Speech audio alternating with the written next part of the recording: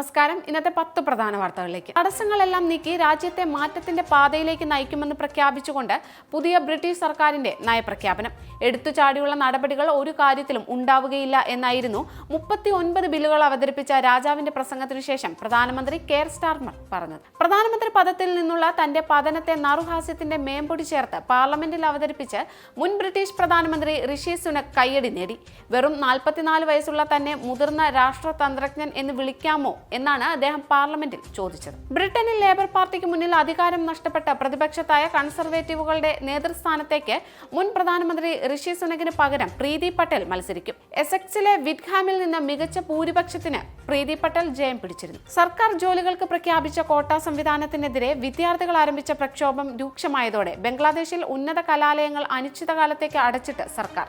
പൊതു സ്വകാര്യ യൂണിവേഴ്സിറ്റികൾ അടച്ചിടാനാണ് നിർദ്ദേശം. US പ്രസിഡന്റും ഡെമോക്രാറ്റിക് പാർട്ടി പ്രസിഡന്റ് സ്ഥാനാർത്ഥിയുമായ ജോ ബൈഡന് കോവിഡ് സ്ഥിരീകരിച്ചു. വൈറ്റ് ഹൌസ് ആണ് രോഗവിവരം ഔദ്യോഗികമായി അറിയിച്ചത്. നീറ്റ് UG പരീക്ഷാ പേപ്പർ ചോർച്ചയുമായി ബന്ധപ്പെട്ട് പാറ്റ്ന എയിംസിലെ 3 ഡോക്ടർമാർ കസ്റ്റഡിയിൽ. CBI ആണ് 3 ഡോക്ടർമാരെ കസ്റ്റഡിയിൽ എടുത്തത്. സ്വകാര്യ മേഖലയിൽ കർണാടകക്കാർക്ക് തൊഴിൽ സംവരണം ഏർപ്പെടുത്താനുള്ള ബില്ല് മരവിപ്പിച്ച സിദ്ധരാമയ്യ സർക്കാർ.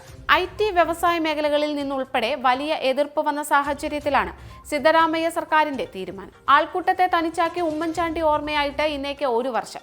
പ്രിയ നേതാവ് കൂടെയില്ലെന്ന് ഇപ്പോഴും ആർക്കും വിശ്വസിക്കാനാകുന്നില്ല. വേർപാടിന്റെ മുറിവിൽ നോവേറുന്നൊരു ഓർമ്മയാണ് ഇന്നും ഉമ്മൻചാണ്ടി. തദ്ദേശ തെരഞ്ഞെടുപ്പിൽ വിജയം ലക്ഷ്യമിട്ട വൻ പദ്ധതികളുമായി കോൺഗ്രസ്.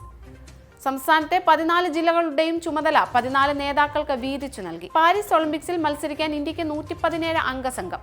ബുധനാഴ്ചയാണ് ഇന്ത്യൻ ഒളിമ്പിക്സ് അസോസിയേഷൻ ടീമിന്റെ അന്തിമ പട്ടിക പുറത്തുവിട്ടത്. ഇതോടെ ഇന്നത്തെ 10 പ്രധാന വാർത്തകൾ ഇവിടെ പൂർണ്ണമാകുന്നു. കൂടുതൽ വാർത്തകൾക്കും വിശദ വിവരങ്ങൾക്കും Anand TV UK channel subscribe ചെയ്യൂ. ഒപ്പം Anand TV mobile app download ചെയ്ത് സൗജന്യമായി ആസ്വദിക്കും.